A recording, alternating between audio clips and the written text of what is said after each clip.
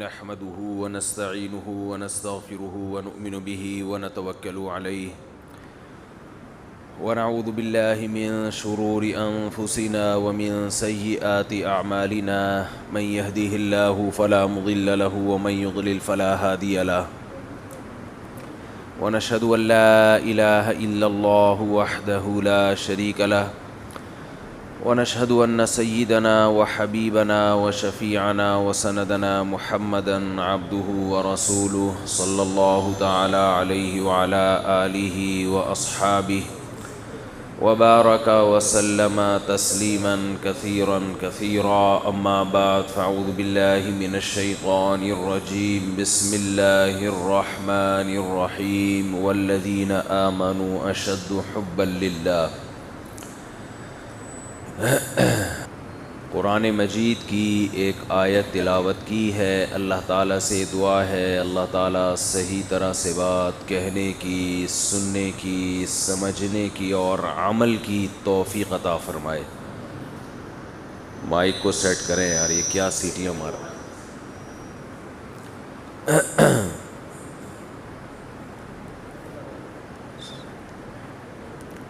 Video نہ بنائیں بھائی، ٹھیک ہے نا. جزاک اللہ.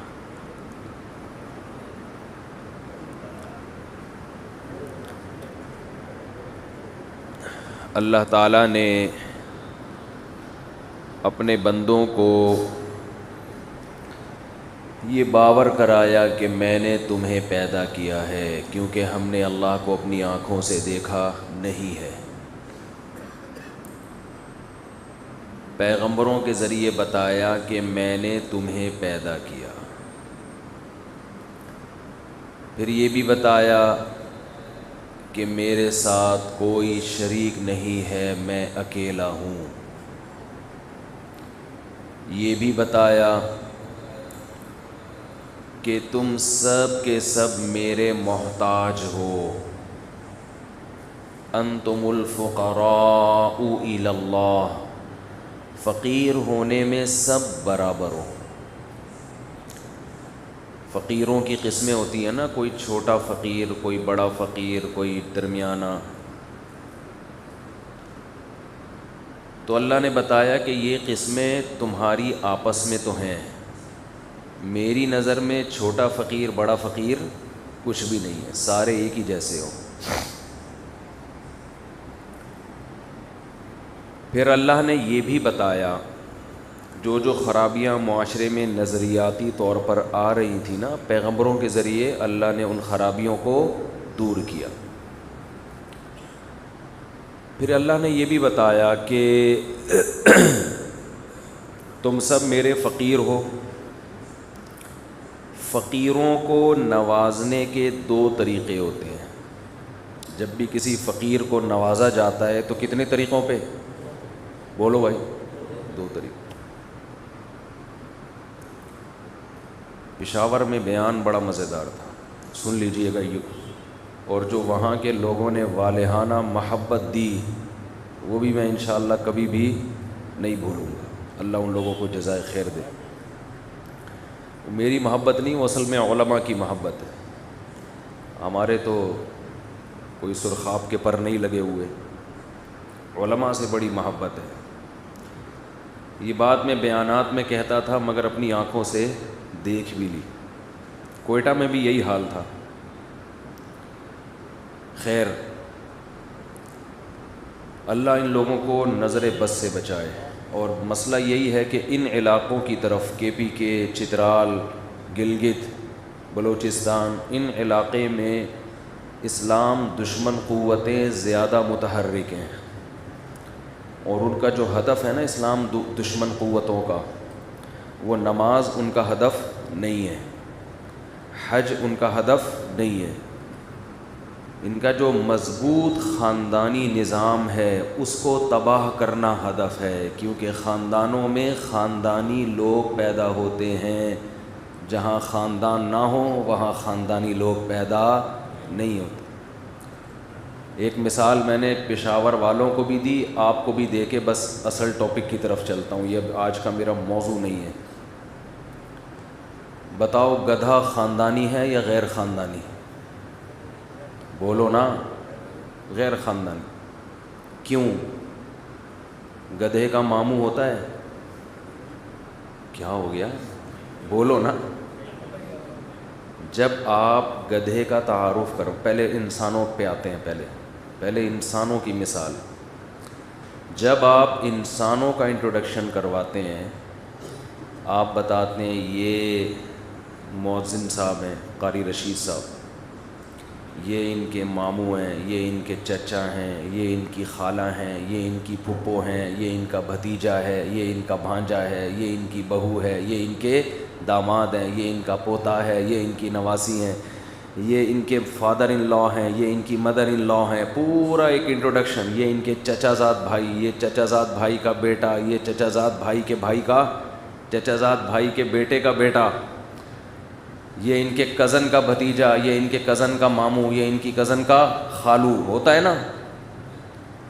آپ کا علاقہ کون سا ہے قاری صاحب؟ ہری پور، ضلع مظفر گڑھ. آدھا مظفر گڑھ تو مؤذن صاحب کا ریلیٹو کہیں نہ کہیں نکلے گا.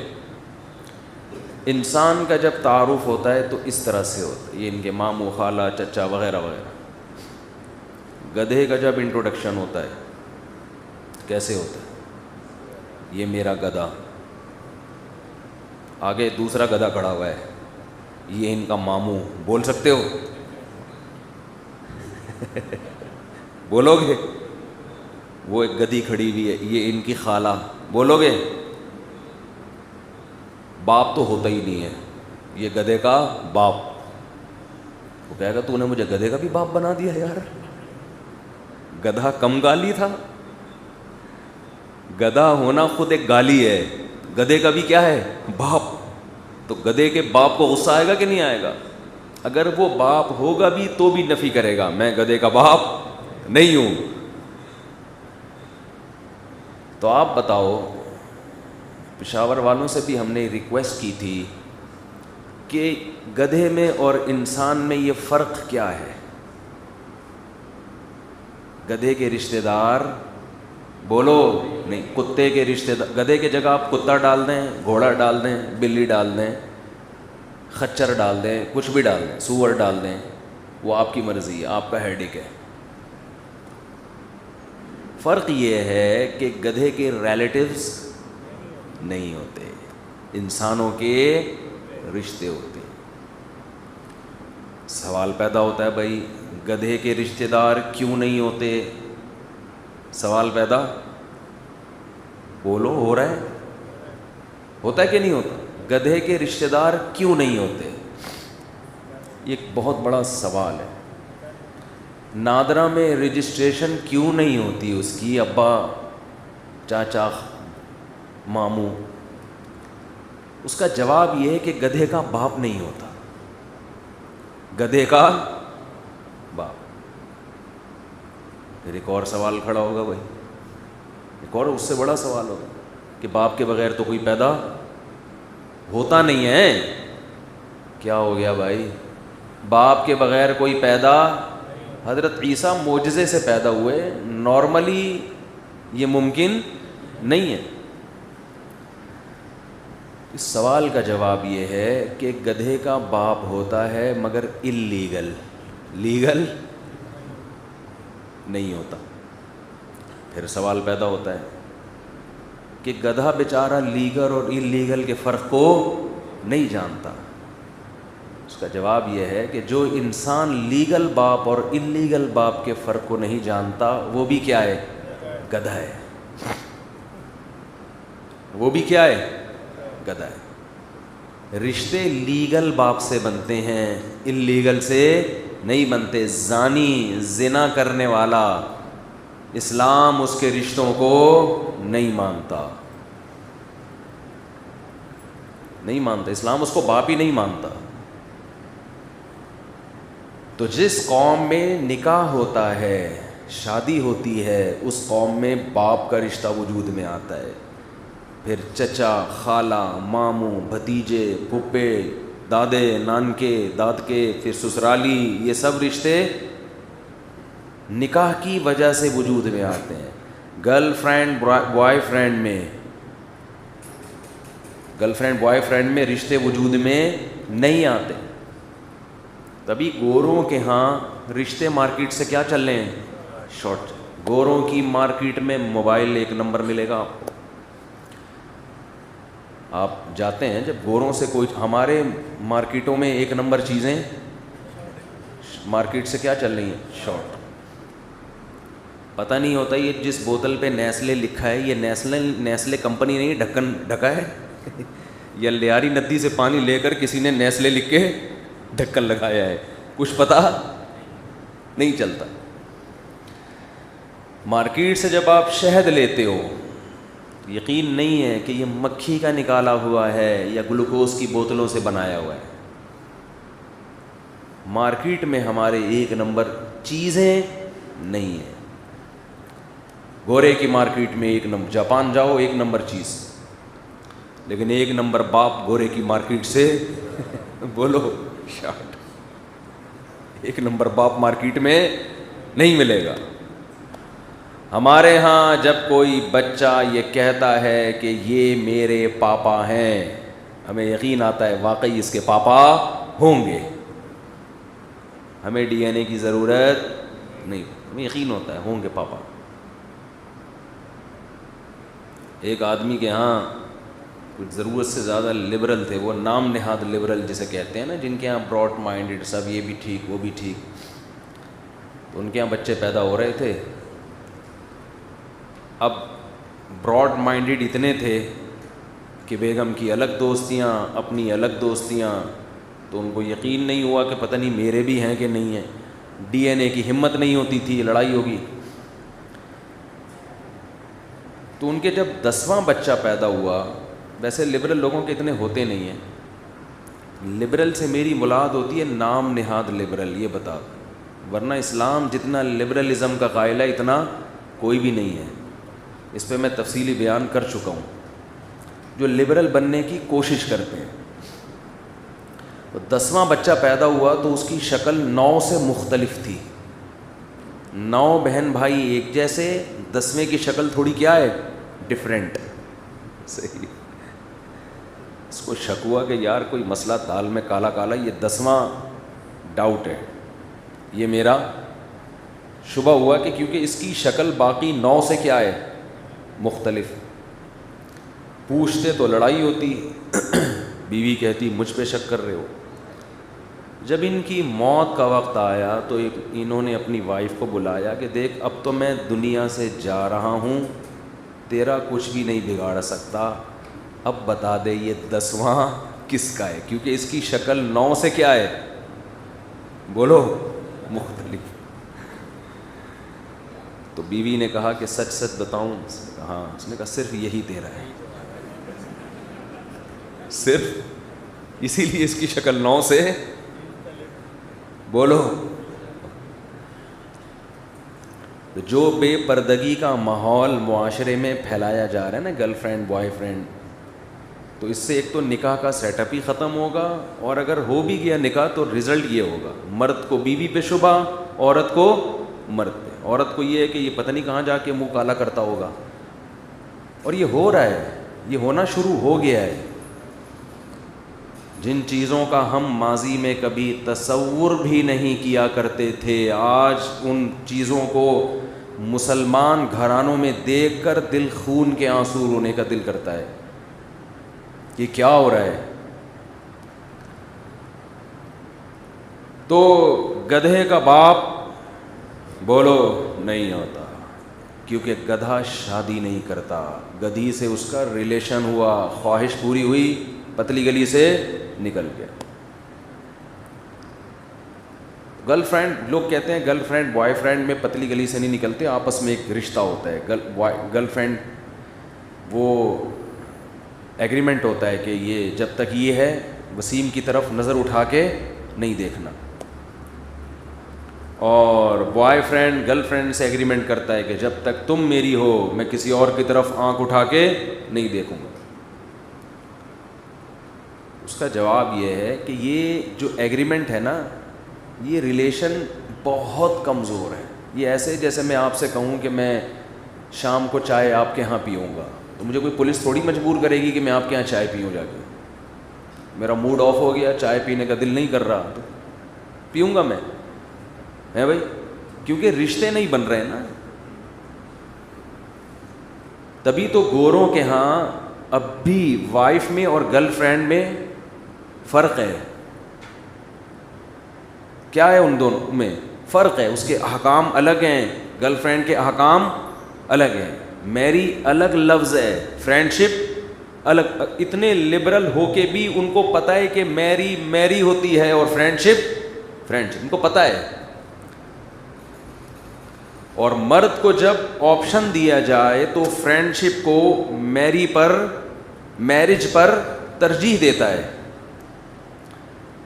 لڑکی کو جب آپشن دیا جائے تو وہ میرج کو فرینڈ شپ پر، بولتے کیوں نہیں، ترجیح دیتی ہے. کیونکہ اس کو فائدہ میرج میں نظر آتا ہے، فرینڈ شپ میں نہیں. اور لڑکے کو فائدہ فرینڈ شپ میں نظر آتا ہے، میرج میں نہیں. تو اب بتاؤ، اسلام مرد کے حقوق کی بات کر رہا ہے یا عورت کے حقوق کی بات کر رہا ہے؟ مرد کو پھنسا رہا ہے اسلام. تو خیر، گدھے کا کوئی باپ بولو نہیں، گدھے کے چچا نہیں ہوتے، گدھے کا بھتیجا نہیں ہوتا، گدھے کے بہن بھائی نہیں ہوتے. جس کے نہیں ہوتے وہ گدھا کہلاتا ہے. وہ کیا کہلاتا ہے؟ اب دیکھو، ایک ٹیکنیکل پوائنٹ کی بات کر کے آگے چلتا ہوں. یہ ٹیکنیکل پوائنٹ کی جو بات آپ کی سمجھ میں آئے گی ایک واقعے سے آئے گی. ایک مناظرہ پہلے بتاؤں گا، اس سے یہ پوائنٹ کی بات آپ کی کھوپڑی میں بیٹھے گی. مناظرہ جب میں آپ کو بتاؤں گا تو آپ کو لگے گا اس سے اس پوائنٹ کا کوئی تعلق نہیں ہے اس ٹاپک کا، لیکن میں بتاؤں گا کتنا گہرا تعلق ہے. یہ مناظرہ میں پہلے بھی بیان کر چکا ہوں. شاید حضرت مولانا قاسم نانوتوی رحمۃ اللہ علیہ کا واقعہ ہے کہ ایک عیسائی پادری سے مناظرہ ہوا ان کا، یا مولانا یعقوب نانوتوی رحمۃ اللہ علیہ کا واقعہ ہے، واللہ اعلم. تو مسلمان عالم جو تھے، نہیں ان کا مناظرہ نہیں، ان کا مناظرہ وہ دوسرا ہے. وہ جو عیسائی نے کہا تھا میں کتاب آگ میں پھینکتا ہوں بائبل، وہ بچ گئی تو سچا مذہب، اور قرآن جل گیا تو اسلام باطل، اس طرح. یہ دوسرا ہے، یہ کسی عالم سے تھا، ایک نارمل عام عالم جو زیادہ مشہور نہیں. عیسائیوں کا دعویٰ تھا کہ حضرت عیسیٰ اللہ کے بیٹے ہیں، حضرت عیسیٰ اللہ کے بیٹے. مسلمان عالم کا دعویٰ تھا کہ اللہ کا کوئی بیٹا نہیں ہے. جب مناظرہ شروع ہوا تو بعض دفعہ جو مناظرہ کرنے والا ہے چرب زبانی سے بات کو گھما پھرا کے نا بظاہر دلائل کی دنیا میں حاوی آ جاتا ہے، عوام اس سے متاثر ہونا شروع. تو عیسائی مناظرے کا پلہ بھاری ہونا شروع ہو گیا. اور یہ جو مسلمان عالم تھے یہ اس اسٹائل میں دلائل نہیں دے سکتے جو عوام کو متاثر کر سکیں. تو مجمع میں ایک دیہاتی نے دیکھا کہ مسلمانوں کا پلڑا کیا ہو رہا ہے، کمزور، ان عالم کو بولنا نہیں آ رہا. وہ آیا اور ان عالم سے ریکویسٹ کی کہ حضرت یہ مناظرہ میرے ہاتھ میں دے دیں. انہوں نے کہا بھائی تو کیا کرے گا، تجھے تو بولنا نہیں آتا. انہوں نے کہا میں جیت جاؤں گا. بہرحال مرتا کیا نہ کرتا، انہوں نے کہا جی اس پادری سے پرمیشن لی. اس پادری نے کہا ہاں بھائی ٹھیک ہے، لے آؤ اس کو مارکیٹ میں لے آؤ. اس گنوار دیہاتی نے کہا کہ مجھے ایک بات بتاؤ کہ اللہ تعالیٰ کب سے ہے؟ پادری سے پوچھا. پادری نے کہا اربوں خربوں سال، ہمیشہ سے ہے، خربوں سال سے بھی زیادہ. کہا بتا تو کب سے ہے؟ اس پادری نے کہا کہ مجھے پیدا ہوئے ہو گئے ہوں گے 35-40 سال، 50 سال. کہا 50 سال میں تیرے کتنے بچے ہیں؟ اس نے کہا میرے 5-6 بچے ہیں. اس نے کہا کروڑوں سال میں اللہ کا ایک ہی ہوا ہے اور تیرے کتنے ہیں؟ اس سے تم بظاہر لگتا ہے تو اللہ سے اچھا ہے. 50 سال میں تیرے 6-7 ہو گئے اور اللہ کا کروڑوں سال میں ایک ہی. تو اس سے تو لگتا ہے کہ تو کیا ہے، اللہ سے بھی کیا ہے، اچھا ہے. تو یہ کیسا اللہ ہے جو کروڑوں میں ایک ہی، اور تو اتنے پیدا کر چکا ہے؟ تو پادری لاجواب ہو گیا، اس کے پاس اس کا کوئی جواب نہیں تھا۔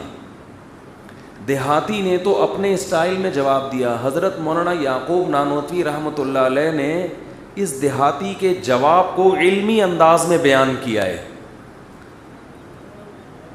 علمی انداز یہ ہے اس جواب کا کہ اگر بچے پیدا ہونا یہ اچھی صفت ہے، اچھی، دیکھو طاقت ایک اچھی صفت ہے یا بری؟ تو طاقت اللہ میں زیادہ ہے یا بندوں میں؟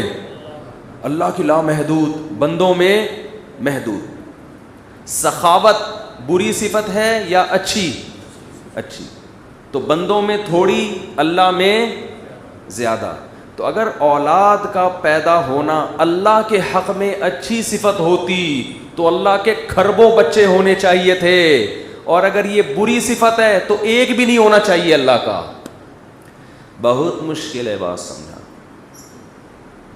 دیکھو انسان کے حق میں قضائے حاجت اچھی صفت ہے، بری نہیں ہے۔ نہ ہو قبض کی دوائیں کھانا شروع کر دیتے ہیں، اللہ کے حق میں یہ بری صفت ہے کیونکہ وہ محتاج نہیں ہے۔ انسان کے حق میں روٹی کھانا، بھوک لگنا اچھی صفت ہے، اللہ کے حق میں بری۔ انسان روٹیاں جتنی زیادہ کھانے کی طاقت رکھتا ہو اتنا پاورفل ہے، بشرطے کہ طاقت بھی ہو معدے میں ہضم کرنے کی۔ کہتا ہے میں 6 روٹیاں کھا جاتا ہوں، ٹکار بھی نہیں لیتا۔ کہتا ہے واہ بھائی، لگتا ہے کہ کسی بیل سے اصلاحی تعلق ہے آپ کا۔ باڈی بلڈر یہ کام کرتے ہیں، کمزور آدمی وہ تو ایک بسکٹ چائے میں ڈبو کے کھا لے گا، پاور ہو اگر باڈی میں۔ ہاں ایک ٹھوسنے کی عادت پڑی ہوئی ہے تو ایک الگ بات ہے، لیکن اگر جو زیادہ کھاتا ہے اور ہضم بھی کر لیتا ہے تو وہ پاورفل سمجھا جاتا ہے۔ بوڑھے کم کھاتے ہیں، جوان زیادہ کھاتے ہیں کیونکہ صحت مند ہیں۔ کھانا اگر اچھی صفت ہے انسان کے حق میں تو زیادہ کھانے کی صلاحیت رکھنے والا کم کھانے والے سے زیادہ اچھا سمجھا جاتا ہے۔ اللہ کے حق میں کھانا اچھی صفت نہیں ہے، وہ روٹی کا محتاج نہیں ہے، وہ ایک نوالا بھی نہیں کھاتا، کیونکہ اگر کھانا اللہ کے حق میں اچھی صفت ہوتی تو پھر اللہ جتنا کھاتا ہم اس کا سوچ بھی نہیں سکتے تھے۔ اولاد کا پیدا ہونا انسان کے حق میں اگر بری صفت ہے تو ایک بچہ بھی برا ہے، اچھی صفت ہے تو جتنے زیادہ ہوں اتنا اچھا ہے۔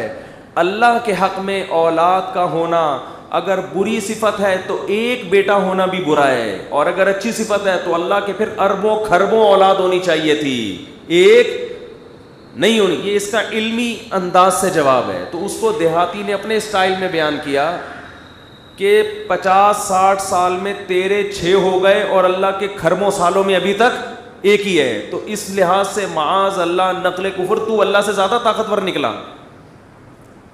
سمجھ میں نہیں آ رہی بات؟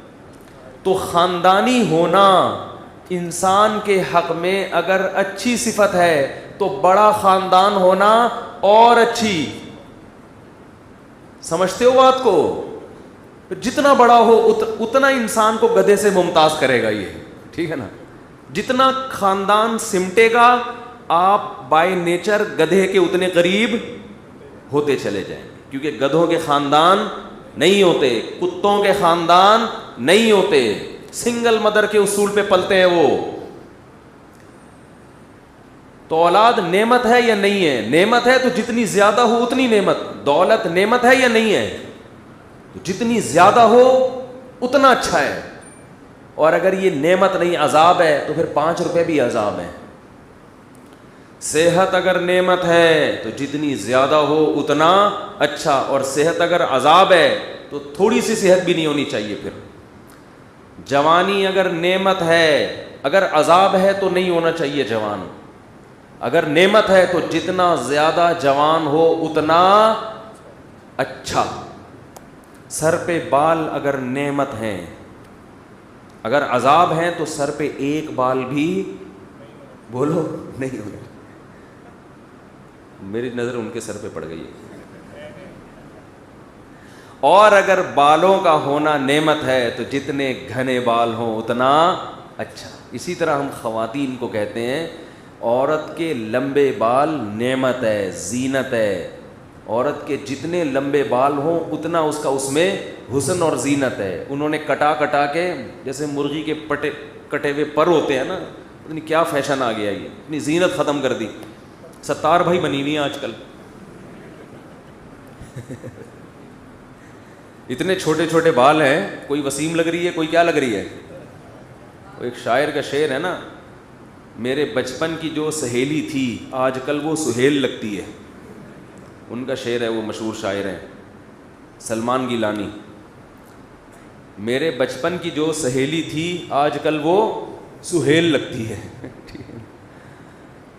تو بھائی گدھے کا بولو گدھے کا باپ نہیں ہوتا. تو گدھا بھی گرل فرینڈ بوائے فرینڈ کے لیے, تو جن لوگوں نے گرل فرینڈ بنا کے رکھی ہوئی ہے ان کو گدھا کہا کریں, سمجھتے ہو. اور جن کی ایک ہے ان کو خاندانی, اور جن کی 4 ہوں ایکسٹرا خاندانی سب کو. تو یہ تو جتنا یہ خاندانی نظام مربوط ہوگا نا, کیونکہ جب آپ کی اولاد زیادہ ہوگی تو آپ ایک پوتے کے دادا ہیں خاندانی, درجنوں کے دادا ہیں بہت زیادہ خاندانی.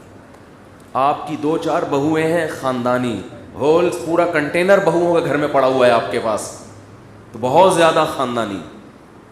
اور جا کے دیکھ بھی لیں, مشاہدہ کر بھی لیں, بڑے خاندان والے لوگوں کی لائف اسٹائل دیکھیں آپ, خاص طور پر جب وہ پکی عمر کو پہنچتے ہیں ان کی عزت دیکھیں. اور چھوٹے خاندانوں میں جا کے بھی دیکھیں, محبتیں چھوٹے خاندانوں میں نہیں ہوتی, کیونکہ مفاد پرست بن جاتا ہے انسان. ابھی چائنا کہہ رہے 3 بچے پیدا کرو, چائنیز اس کے لیے تیار نہیں ہے. وہ کہتے ہیں بچہ اگر پینلٹی ہے, جرمانہ ہے, تو 1 بھی جرمانہ ہے, 1 بھی عذاب ہے, 2 بھی عذاب, 3 کیوں پیدا کریں ہم. وہ ایسا دماغ بنا دیا انہوں نے. خیر یہ میرا ٹاپک آج کا نہیں ہے, تو پشاور کے فضائل میں نے 2-4 باتیں آپ سے عرض کر دی. تو خیر میں یہ عرض کر رہا تھا, عرض کیا کر رہا تھا میں, بات کہاں سے شروع ہوئی تھی, ٹاپک تو میرے ذہن میں جو میں لے کے بیٹھا تھا جی, فقیر 2 طرح کے ہوتے ہیں. میں یہ عرض کر رہا تھا دنیا میں فقیر 2 طرح کے ہوتے ہیں, ایک چھوٹا فقیر اور ایک بڑا فقیر. آج کل تو مارکیٹ میں چھوٹے فقیر, بعض دفعہ جس کو آپ زکوٰۃ دے رہے ہوتے ہو نا وہ ہنس رہا ہوتا ہے. وہ کیا کر رہا ہوتا ہے, بڑے بڑے فراڈی اس فیلڈ میں ہم نے دیکھے ہیں, وہ ہنس رہا ہوتا ہے کہ اس کو کیسا بیوقوف بنایا میں نے. ایک ہیروئن چی, جب آپ تو ہیروئن چی پتہ نہیں کہاں چلے گئے, ایک ہیروئن چی میرے پاس پرانی بات ہے آیا, کہہ رہے پلیز ہیلپ می, انگلش بول رہا ہے, یہ شو کرنے کے لیے کہ میں پڑھا لکھا آدمی ہوں. مجبوری میں ہیروئن پینا شروع کر دی ہم نے, اور کہنے لگا ہیلپ می, مجھے حیدرآباد جانا ہے, I want to go to Hyderabad. یہ تو خیر اس نے نہیں کہا, مجھے حیدرآباد جانا ہے. تو حیدرآباد تو نے کیوں جانا ہے بھائی. تو فقیر کی 2 قسمیں ہیں, چھوٹا فقیر اور بڑا. اللہ کہتا ہے میرے سامنے تم سب کیا ہو, چھوٹے فقیر ہو, کوئی اس میں مستثنا نہیں ہے. دوسری بات یہ کہ ہم جب فقیروں کو نوازتے ہیں, دیتے ہیں, تو دینے کے 2 طریقے ہیں. بعض دفعہ ہم کیا کرتے ہیں کہ 50 روپے پکڑائے, 100 روپے پکڑائے, بھائی تو روٹی لے کے کھا لے, تو کچھ بھی کھا لے. بعض دفعہ ہم یہ کرتے ہیں کہ اس کو اپنے پاؤں پہ کھڑا کرنے کی کوشش کرتے ہیں, اور کرنا بھی یہی چاہیے کہ بھائی بجائے اس کے کہ آج اس نے روٹی کے لیے 50 روپے مجھ سے مانگے, رات کسی اور سے مانگے گا, تو اس کو ایک ریڑھی خرید کے دے دو, دکان بنا کے دے دو, رکشہ خرید کے دے دو, تاکہ یہ میرا محتاج بولو نہ رہے. سمجھتے ہو, یہ کون سے نمبر کا فقیر ہو گیا, دوسرا. اس کو ہم اب دوسرے نمبر کے فقیر سے ہی یاد کریں گے تاکہ آگے بات سمجھنے میں آسانی. مشرکین مکہ یہ کہا کرتے تھے کہ ہم سب اللہ کے فقیر ہیں, لیکن کچھ پہلے نمبر کے اور کچھ دوسرے نمبر کے. بڑی ٹیکنیکل بات ہے, اللہ کرے سمجھ میں آ جائے. کچھ فقیر ایسے ہیں جو ہر وقت اللہ کے محتاج ہیں, کچھ ایسے ہیں کہ اللہ کے محتاج تو ہیں لیکن اللہ نے ان کو اتنا نواز دیا ہے کہ ان کے ہاتھ میں بھی اختیارات آ گئے ہیں، ان کے ہاتھ میں بھی اختیارات آ گئے۔ اب ان کو بار بار اللہ سے مانگنے کی ضرورت، چھوٹی چھوٹی چیزیں مانگنے کی ضرورت نہیں ہے، بلکہ اتنے اختیارات ان کے پاس اللہ کے دینے سے، اللہ کی عطا سے آ گئے ہیں کہ اب نہ صرف یہ کہ ان کو ضرورت نہیں اللہ سے مانگنے کی، آپ نے ان کو ریڑھی خرید کے، رکشہ خرید کے دے دیا ہے، اسٹیبل ہو گئے ہیں، وہ اپنے پاؤں پہ کھڑے ہو گئے ہیں، بلکہ لوگ بھی اب ان سے اگر چندہ مانگیں تو کوئی برا نہیں ہے۔ اللہ نے ان کو اتنا مالدار، اتنا اسٹیبل کر دیا ہے کہ اب اپنی حاجات میں اللہ کے ساتھ ان کو بھی پکار سکتے ہیں۔ سمجھتے نہیں ہو بات کو؟ اب ہم چاہیں تو وسیم بھائی سے قرضہ لیں یا اس رکشے والے سے قرضہ لے لیں، ہمارے لیے کیا ہو گیا ہے؟ برابر، کیونکہ وسیم بھائی نے اس رکشے والے کو اتنا مالدار بنا دیا ہے کہ اب اس سے پیسے مانگیں یا اس سے۔ فرق یہ ہے کہ یہ اللہ کی عطا سے بنے ہیں، خود سے نہیں ہیں، لہذا اصل اب بھی کیا ہے؟ اللہ ہے۔ اللہ نے الحمد سے لے کے والناس تک قرآن میں نفی کی ہے کہ میں نے کسی کو اپنے پاؤں پہ کھڑا اس اعتبار سے نہیں کیا ہے۔ وسیم بھی میرا محتاج اور وہ بھی میرا محتاج، کسی کے پاس کسی قسم کے اختیارات بولو نہیں ہے۔ میری نظر میں فقیر جو پہلے نمبر کے فقیر ہیں سارے وہی ہیں، دوسرے نمبر کا کوئی فقیر میری نظر میں نہیں ہے۔ ایک ایک چیز میں، ایک ایک ذرے میں ہر شخص ہر وقت میرا محتاج ہے، کسی کے پاس کسی قسم کے اختیارات میں نے نہیں دیے۔ بات آ رہی ہے سمجھ میں؟ اور اختیارات کا مطلب کیا ہے؟ آپ کہہ سکتے ہیں ہم تو اللہ سے بھی مانگتے ہیں اور وسیم بھائی سے بھی مانگ لیتے ہیں، بعض دفعہ پیسے مانگ لیتے ہیں نا، اور مفتی صاحب کہہ رہے ہیں کہ اللہ نے کہا ہے میں نے کسی کو اختیارات نہیں دیے۔ ہم تو اللہ سے بھی مدد مانگتے ہیں اور ہیلپ لائن پولیس کو بھی فون کرتے ہیں، اور بعض دفعہ پولیس آ بھی جاتی ہے، ایسا بھی ایک ونس اپون اے ٹائم میں نے دیکھا تھا۔ تو یہ تو اختیارات تو ہیں، تو یاد رکھو یہاں اختیارات سے مراد ما فوق الاسباب، ما فوق الاسباب، ما فوق الاسباب گاڑی اردو ہے، اس کا مطلب کیا ہے کہ کچھ اختیارات ایسے ہوتے ہیں جن کی سائنٹیفک لاجک ہوتی ہے۔ میں آپ سے کہتا ہوں مجھے پانی دو، آپ ٹانگوں سے چل کے جائیں گے، کولر سے نکالیں گے، یہ سب چیزیں اسباب کے تحت آتی ہیں، ان میں کسی کو بھی پکارا جا سکتا ہے، اس میں پیغمبر، فرشتے، انسانوں کا کوئی فرق نہیں ہے۔ اس میں ایک بھنگی کو بھی آپ مدد کے لیے پکار سکتے ہیں، یار میرا گٹر صاف کر دو آ کے، بہت دنوں سے خراب، یہ کوئی فضیلت کی چیز نہیں ہے۔ بھنگی آئے گا اتنا بڑا ڈنڈا لے کے، وہ گھسا دے گا آپ کے واش روم میں، ادھر سے گھسائے گا وسیم بھائی کے گھر سے وہ ڈنڈا، یہ ان کا کمال ہے، یہ ہم بولو نہیں کر سکتے۔ یہاں سے گھسائے گا، نکلے گا کہاں؟ ایک گٹر سے خود بھی گھسے گا، دوسرے سے نکل کے آ جائے گا، یہ میں اور آپ نہیں کر سکتے۔ یہ بھی ایک کمال ہے کہ نہیں ہے؟ لیکن یہ فضیلت کی دلیل اس میں الوہیت والا، خدا والا عنصر نہیں ہے، اس کو خدا نہیں کہتے۔ یہ مدد پولیس بھی کر سکتی ہے ڈاکو کو پکڑنے کی، ڈاکٹر کر سکتا ہے آپ کو اولاد دینے میں۔ جب آپ کے اولاد نہیں ہو رہی، میاں بیوی ڈاکٹر کے پاس جاتے ہیں، ہمیں بچہ چاہیے، ڈاکٹر علاج کراتا ہے، ٹیسٹ کرتا ہے فالٹ مرد میں ہے یا عورت میں، جہاں فالٹ ہو اس کو دور کرنے کی کوشش، یہ سب اسباب کے تحت، اس سے ڈاکٹر خدا نہیں بن جاتا۔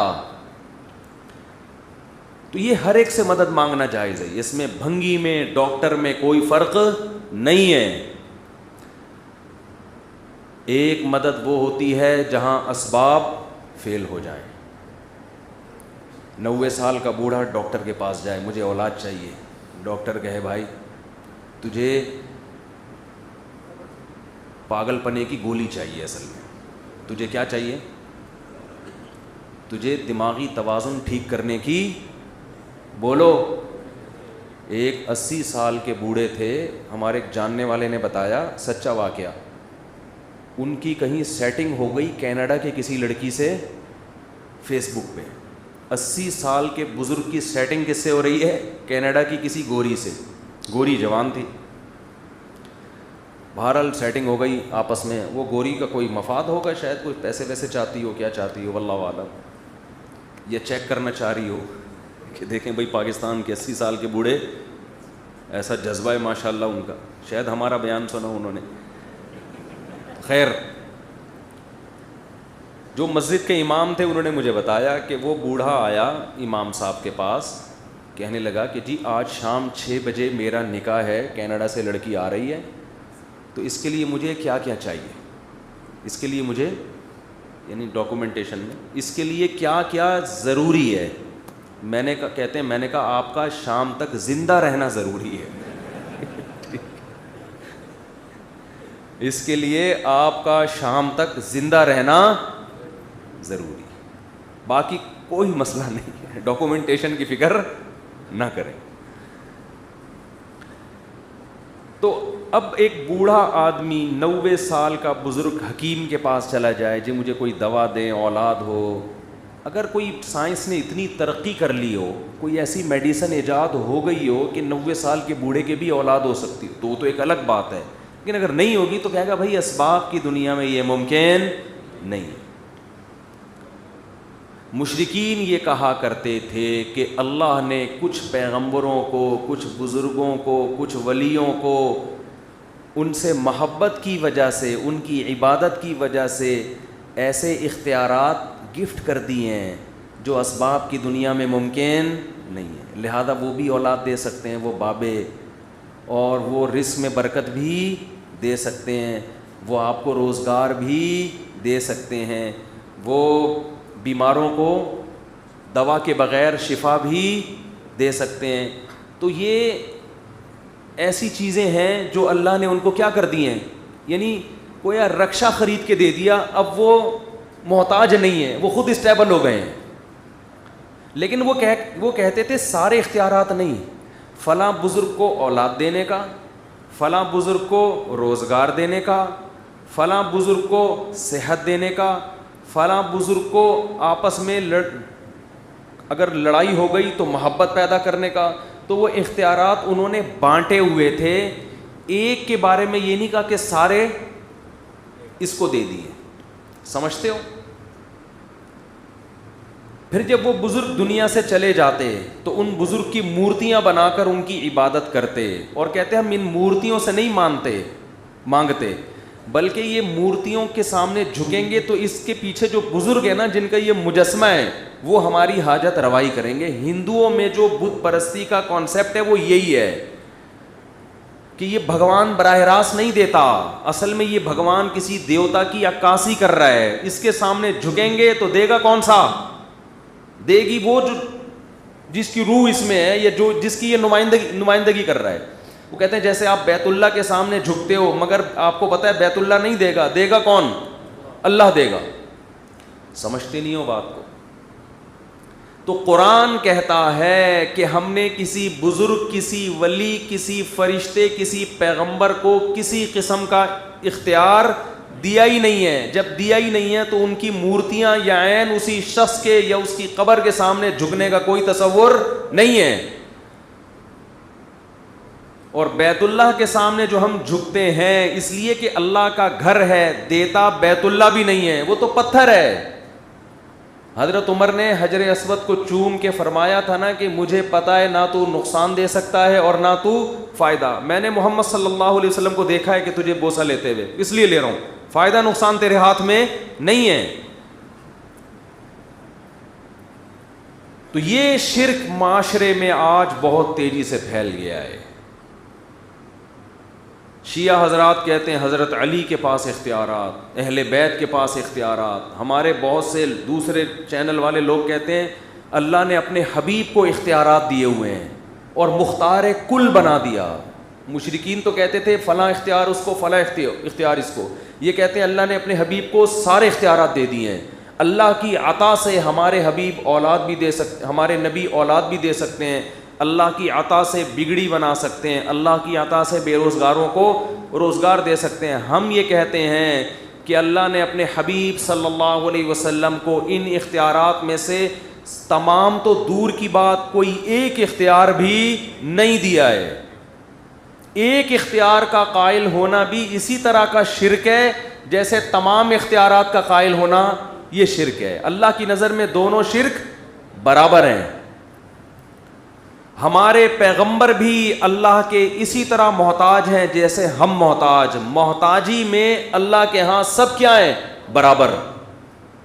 کسی کو کسی قسم کا اختیار اللہ نے نہیں دیا ہے. ہاں اسباب کے تحت. اچھا ایک اشکال کا جواب دے کے میں آگے چلتا ہوں. بعض لوگ کہتے ہیں کہ یہ کیا بات ہوئی بھائی، اسباب سے ہٹ کے اختیارات پیغمبر کو نہیں دیے، قرآن سے پتہ چلتا ہے فرشتوں کو تو دیے ہیں. بارشیں کون برساتے ہیں؟ بولو، فرشتے. اور حضرت جبریل علیہ السلام حضرت مریم کے پاس آئے، جب وہ غسل کے لیے تنہائی میں گئی ہیں انسانی شکل میں آئے اور کہنے لگے میں تیرے رب کا بھیجا ہوا فرشتہ ہوں، لِأَهَبَ لَكِ غُلَامًا زَكِيًّا، میں چاہتا ہوں تجھے ایک پاکیزہ بچہ گفٹ کر دوں، ہبہ کر دوں. تو کہتے ہیں جب جبریل حضرت مریم کو عیسیٰ جیسا بچہ گفٹ کر سکتے ہیں تو محمد صلی اللہ علیہ وسلم ہمیں اولاد کیوں نہیں دے سکتے؟ سوال سمجھ میں آ رہا ہے کہ نہیں آ رہا؟ دیکھو اللہ تعالیٰ نے کسی سے کام لینا الگ چیز ہے، کام کے اختیار دے دینا بولو الگ چیز ہے. مثال کے طور پر ہم قلم سے پین سے کام لیتے ہیں، تحریر لکھتے ہیں، لیکن تحریر لکھنے کا اختیار قلم کے پاس نہیں ہوتا. ہم جدھر کو گھمائیں گے قلم وہاں گھومے گا، اس سے مدد لے رہے ہیں. بعض دفعہ مدد کی ضرورت نہیں بھی ہوتی، آپ کمپوز کر سکتے ہو پھر بھی قلم سے مدد لے لیتے ہو.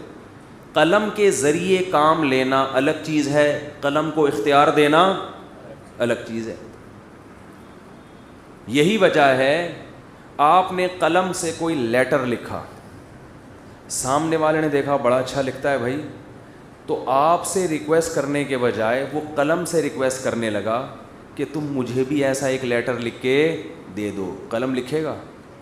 بولے گا بھائی مجھے اختیار نہیں ہے، میں کاتب کی انگلیوں میں گھومتا ہوں، جدھر کو گھمائے گا بولنے پر پابندی ہے، جدھر کو گھمائے گا گھوم جائے گا. اسی لیے قلم سے کبھی بھی نہیں مانگا جاتا، مانگا کاتب سے جاتا ہے. فرشتے اللہ کے ہاتھ میں ایسے ہیں جیسے رائٹر کے ہاتھ میں قلم. اسی وجہ سے اللہ سے مانگا جاتا ہے، فرشتوں سے نہیں مانگا جاتا. سوال پیدا ہوتا ہے پھر جبریل کو چاہیے تھا کہ وہ حضرت مریم سے یوں کہتے کہ میں اللہ کی طرف سے تجھے اولاد دینا چاہتا ہوں، دے گا اللہ، میں صرف کیا بن رہا ہوں؟ ذریعہ. لیکن جبریل کے الفاظ یہ تھے لِأَهَبَ لَكِ غُلَامًا زَكِيًّا، میں تجھے اولاد گفٹ کرنا چاہتا ہوں. تو مشرکین آج کے یہ کہتے ہیں کہ حضرت جبریل کہہ رہے ہیں یہ اولاد گفٹ کس کی طرف سے ہوگی؟ میری طرف سے. اس سے پتہ چلتا ہے کہ یہ حضرت جبریل کو گفٹ کرنے کا اختیار ہے. سوال آیا کھوپڑی شریف میں، اب تو ہر چیز شریف بن رہی ہے نا، گولڑا شریف، ملتان بھی شریف ہو گیا ہے، اور میرے بیان کے بعد اب پشاور بھی مجھے دل چاہتا ہے اس کو کیا کہوں، اور کراچی شریف کیونکہ قائد اعظم کا مزار ہے یہاں پہ، گرو مندر ہے یہاں پہ، بریانی ہے، بڑی بات ہے. پشاور کو اگر فخر ہے کہ ہم چپلی کباب کھاتے ہیں تو بریانی کہاں ملتی ہے؟ کراچی میں ملتی ہے. چائے آپ کو صرف کوئٹہ میں ملے گی خاندانی، اور کوئٹہ والوں کے ہاں ملے گی. ہم پورے ملک سفر کرتے ہیں، چائے پینے کو نہیں ملتی. چائے کے نام پہ مذاق مل رہا ہے. میں تو تلاش کرتا ہوں چترال میں بھی یار کوئٹہ وال کا ہوٹل دکھاؤ یار جہاں پہ چائے ملے. ایک ہفتے بعد چائے پیتے تو کھوپڑی نے کام کرنا. جب میں کوئٹہ پہنچا تو چائے پی تو کھوپڑی سیٹنگ پہ آئی ہے. چائے اچھی چیز نہیں ہے، اسی وجہ سے اچھی نہیں ہے کہ نشہ لگ جاتا ہے آدمی کو اس کا. خیر، تو کیا بات کر رہا تھا میں؟ دیکھو ہاں کہ حضرت جبریل نے تو کہا کہ میں تمہیں کیا کروں گا؟ گفٹ. دیکھو یہ نسبت کہلاتی ہے مجازی.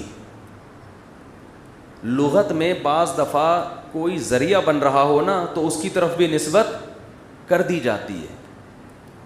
لغت ڈکشنری سائنسی حقیقت کو نہیں دیکھتی, یعنی کوئی بھی زبان جو ہے نا وہ سائنسی حقیقت کو نہیں دیکھتی ہے, بلکہ اس میں شارٹ بات کی جاتی ہے. آپ کی گاڑی پنچر ہو جاتی ہے, آپ کہتے ہو میری گاڑی پنچر ہو گئی ہے, یہ جملہ صحیح ہے؟ گاڑی پنچر ہو سکتی ہے؟ گاڑی کا ٹائر پنچر ہوتا ہے. آپ ان شارٹ کدھر نسبت کر دیتے ہو؟ گاڑی کی طرف. کس کی طرف نسبت کرتے ہو؟ گاڑی. اب آپ کہہ رہے ہو میری گاڑی پنچر ہو گئی, آپ کہہ رہے ہو گاڑی, استغفر اللہ, گاڑی خراب تو ہو سکتی ہے, پنچر. اور مثال دیتا ہوں, آپ نے شادی بیاہ میں گئے, ولیمے میں گئے, لوگوں نے کہا تو نے کیا کھایا؟ کہہ رہے میں نے تو بریانی کی 2 پلیٹیں کھائی ہیں. وہ کوئی سائنسدان تھے, فلسفی تھے, ہر چیز کی حقیقت دیکھتے تھے. وہ انہوں نے کہا یار 2 پلیٹیں تو بریانی کیوں نہیں کھائی تو نے یار؟ تجھے بلایا تھا بریانی کھانے کے لیے, کم بخت تو کیا کھا گیا؟ پلیٹیں. تو آپ کہو بھائی میرا مقصد یہی تھا کہ بریانی کی 2 پلیٹوں کا مطلب پوری 2 پلیٹیں فل کر کے بریانی کھائیے. کہ نا اب مکرو نہیں, اب جھوٹ مت بولو, جھوٹ مت بولو. خدا کی قسم تم نے خود یہ بولا ہے کہ میں نے 2 پلیٹیں کھائی ہیں. وہ ایک میں لطیفہ سناتا ہوں نا, ایک آدمی کسی کے گھر گیا, کسی نے کسی کو دعوت دی کہ کبھی ہمارے غریب خانے میں بھی دال روٹی کھا لیا کرو. لوگوں کی عادت ہوتی ہے نا, مقصد تو ہوتا ہے ہمارا بڑا بنگلہ ہے اور ٹکے کباب کھلائیں گے تمہیں. ڈیفینس میں ایک بندہ نے کہا کہ کبھی ہمارے غریب خانے میں بھی آ جاؤ.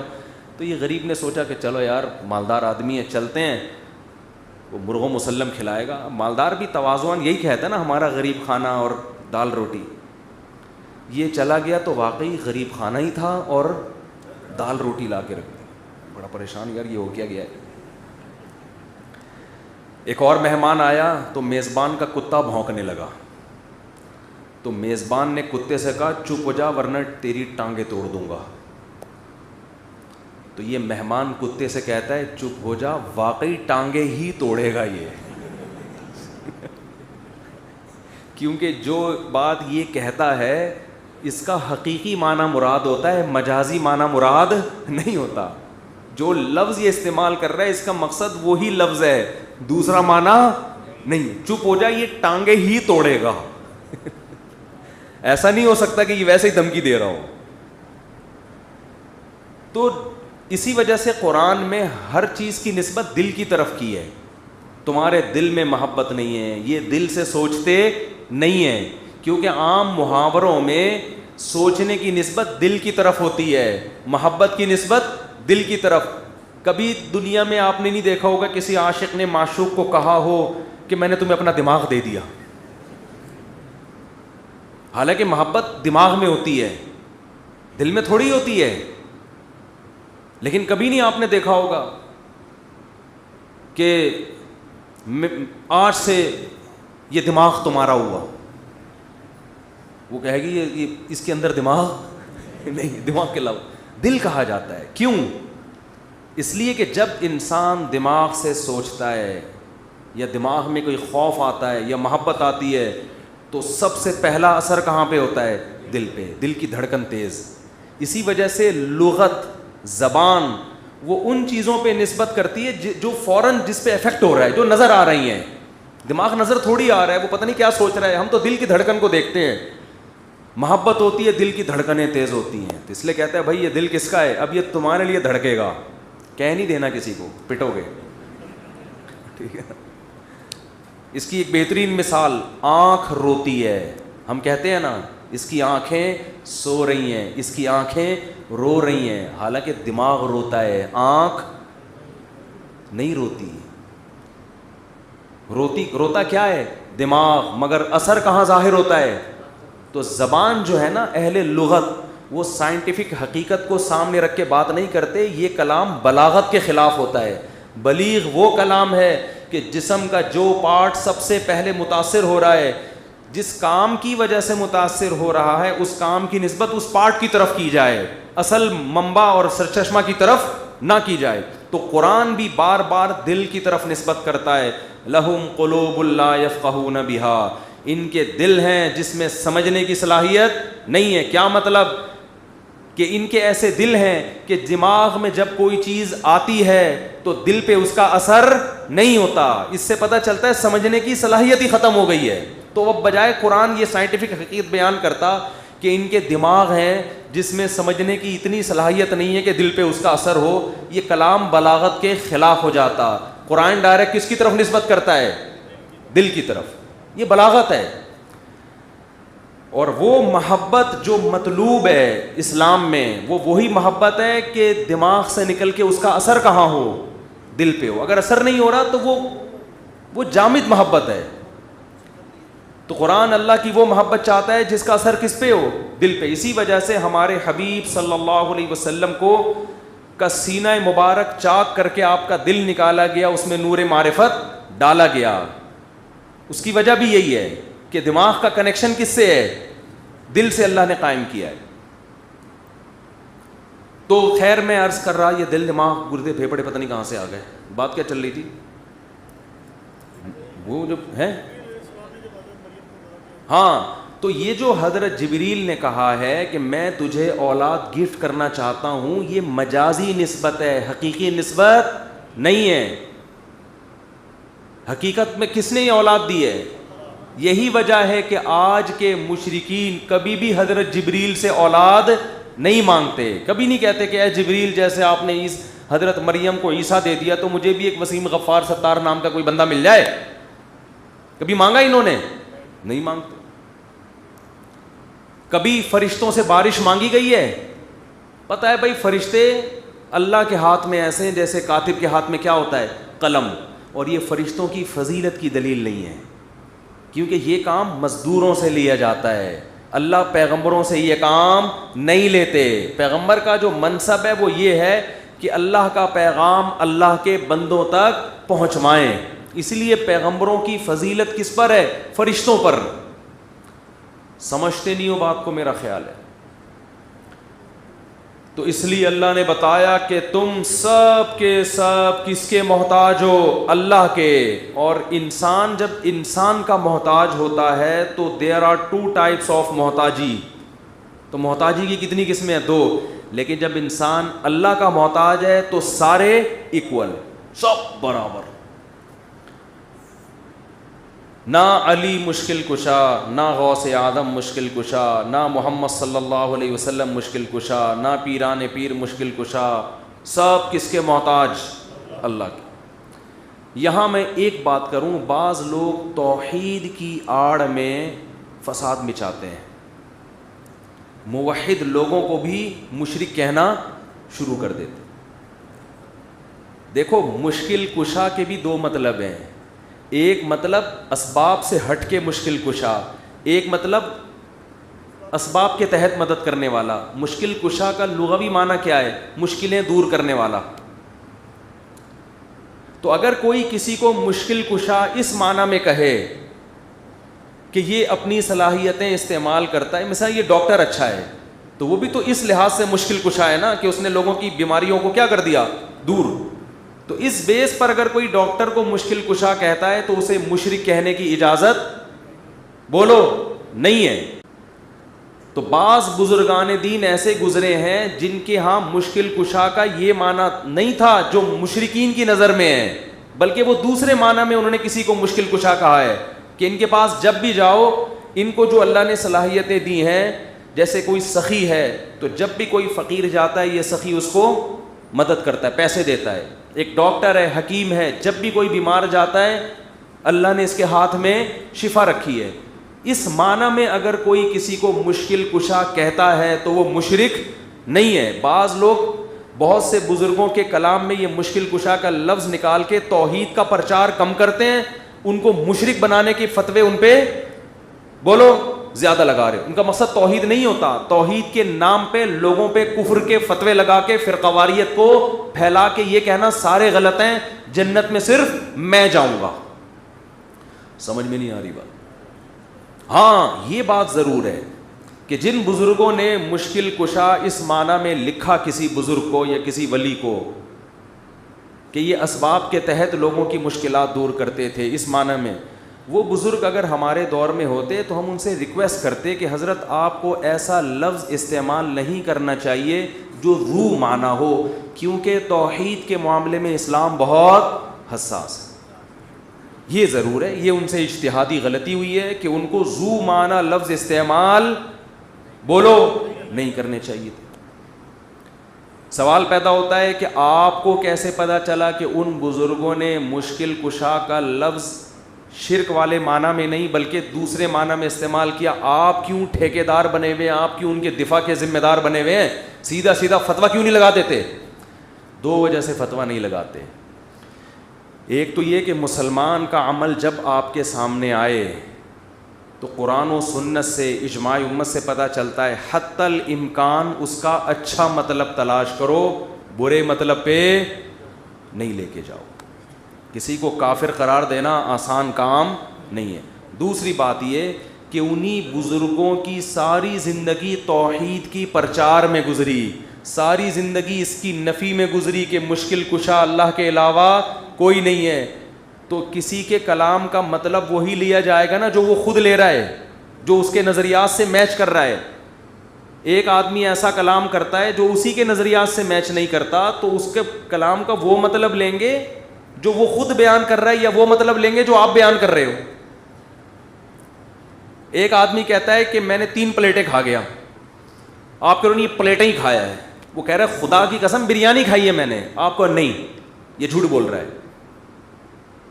تو ہم آپ کو برا کہیں گے, اس کو نہیں. ہم کہیں گے یہ خود اپنے کلام کا ایک مطلب بیان کر رہا ہے, تو جو مطلب یہ بیان کر رہا ہے وہ لو نا.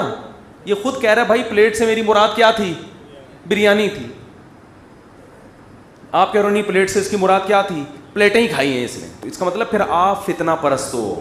تو ہمارے اکابر کی کتابوں میں بعض ایسے الفاظ ملتے ہیں جس سے شرک کا وہم ہوتا ہے, لیکن انہوں نے جو اپنے عقائد اور اپنے جو کتابیں ان کی بھری ہوئی ہیں توحید کی پرچار میں, اس سے صاف پتہ چلتا ہے کہ یہ دوسرے معنی میں ہے, پہلے معنی میں نہیں ہے. وہ خود اس کی نفی کر رہے ہیں.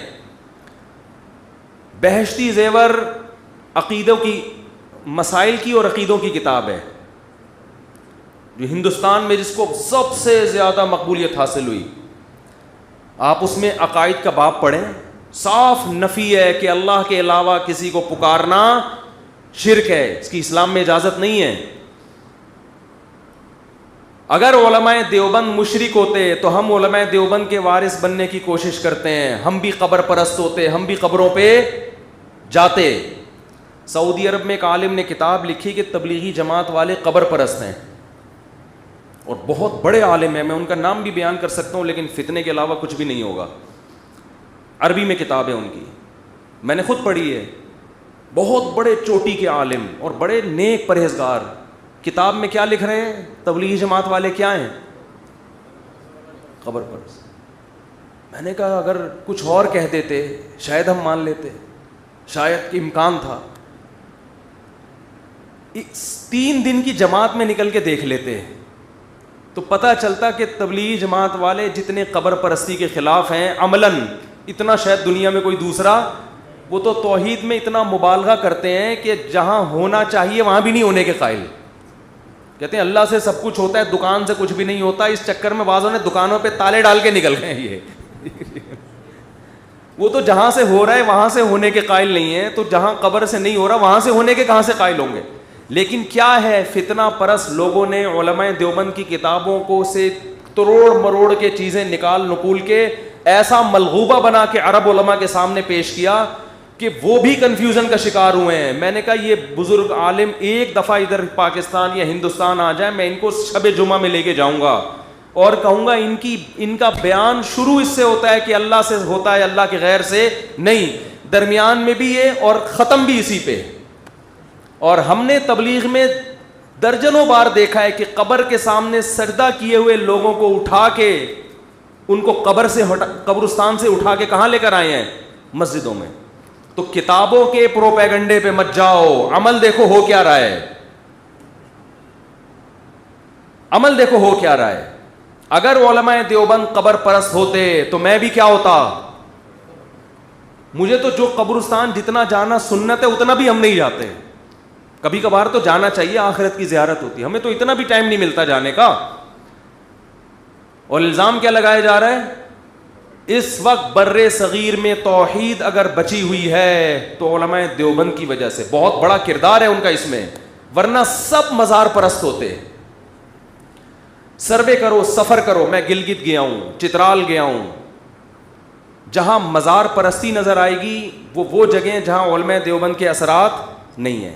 جہاں مزار پرستی نہیں ہے وہاں کس کی تعلیم کے اثرات ہوں گے؟ علماء دیوبند. پورے بر صغیر میں جہاں بھی جاؤ, آپ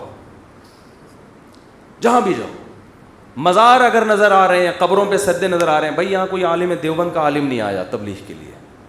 اور جہاں میں گلگت کے ایسے دیہاتوں میں گیا جہاں ایک بالش سے اونچی قبر نہیں ہے, سب مٹی کی قبریں, ایک بالش سے اونچی کوئی قبر نہیں, بڑے بڑے قبر. میں حیران, یار تم گاؤں دیہات کے لوگ, تمہیں اتنا شعور, تو سلسلہ جا کے کہاں ملے گا؟ جا عالم من دیوبند, کہاں سے ایک عالم آئے تھے؟ دیوبند. وہ سب مزار ختم کر کے چلے گئے. تو کتابوں میں توڑ موڑ کے مشکل کشا فلانا, بھائی وہ ذو معنی الفاظ ہیں. جیسے حضرت جبریل نے کہا میں تجھے ہبا کرنا چاہتا ہوں, مطلب یہ تھا میں نہیں, ذریعہ کون بن رہا ہے؟ میں. اس لیے اپنی طرف فی الحال شارٹ کٹ بات کی ہے میں نے, ٹھیک ہے نا, کیونکہ سب کو پتہ ہے کہ اللہ کے علاوہ کوئی اولاد نہیں دے سکتا. ان شارٹ,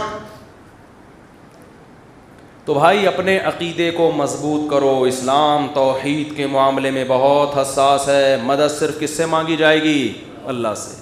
مزاروں پہ حاجات پوری نہیں ہوتی. ایک آخری بات کر کے بیان ختم کرتا ہوں. ایک صاحب جن کا آدھا دھڑ فالج زدہ تھا, آدھا دھڑ ہی ہوتا ہے فالج میں, مجھے کہنے لگے کہ میں دعائیں مانگ مانگ کے تھک گیا, میرا فالج ٹھیک نہیں ہو رہا. مجھے کسی نے کہا ہے فلاں بابے کے مزار پہ جاؤ تو وہاں جا کے دعا مانگو تو یہ دھڑ کیا ہو جائے گا, ٹھیک.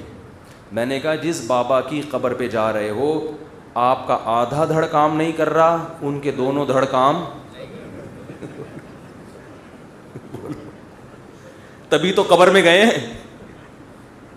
میں نے کہا اگر ان کے دونوں دھڑ میں سے آدھا دھڑ دور کی بات ایک آنکھ بھی کام کر رہی ہوتی نا, مثال کے طور پر آپ کسی بزرگ کا انتقال ہو گیا, آپ نہلا رہے ہیں, ہمارا اسٹائل ہی ہے یہ بات کرنے کا نا. جب میں نے اس کو کہا تو ہنسنے لگا وہ. میں نے کہا جس کے پاس جا رہے اس کے دونوں دھڑ کام نہیں کر رہے بھائی. تو میں نے کہا اگر پھٹے پہ ان بزرگ کو جب نہلانے کے لیے لٹایا تھا ان کا آدھا دھڑ کام کرنے لگتا, تو جو نہلانے والے ان کے دونوں دھڑ کام نہیں کرتے, مر جاتے وہ خوف سے.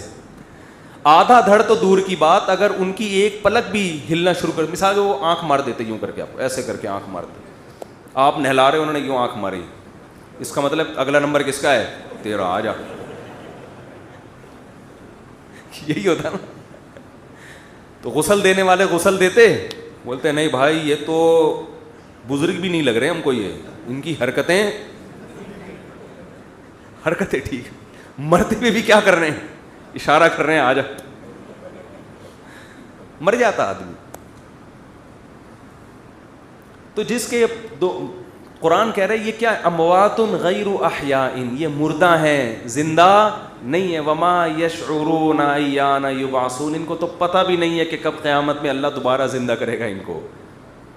تو حاجت روائی مشکل کشائی کس کے ہاتھ میں ہے؟ اللہ کے ہاتھ. تو ہم یہ بات بھی ہمیں کس نے بتائی؟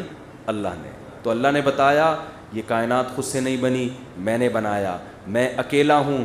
پھر اکیلے کے مطلب میں بھی لوگوں نے دو معنی کر دیا, اللہ اکیلا, اللہ تو ہے لیکن یہ بھی اختیار دیا. اللہ کہتے ہیں نا نا نا نا نا نا, اختیارات بھی کسی کو میں نے نہیں دیے. تنہا وحدہ لا شریک لہ, کوئی عبادت کے دعا کے لائق نہیں. اور انتم الفقراء, تم سب میرے ایک جیسے محتاج ہو. اس میں پیغمبر, فرشتے, بزرگ, ولی کا کوئی فرق نہیں ہے.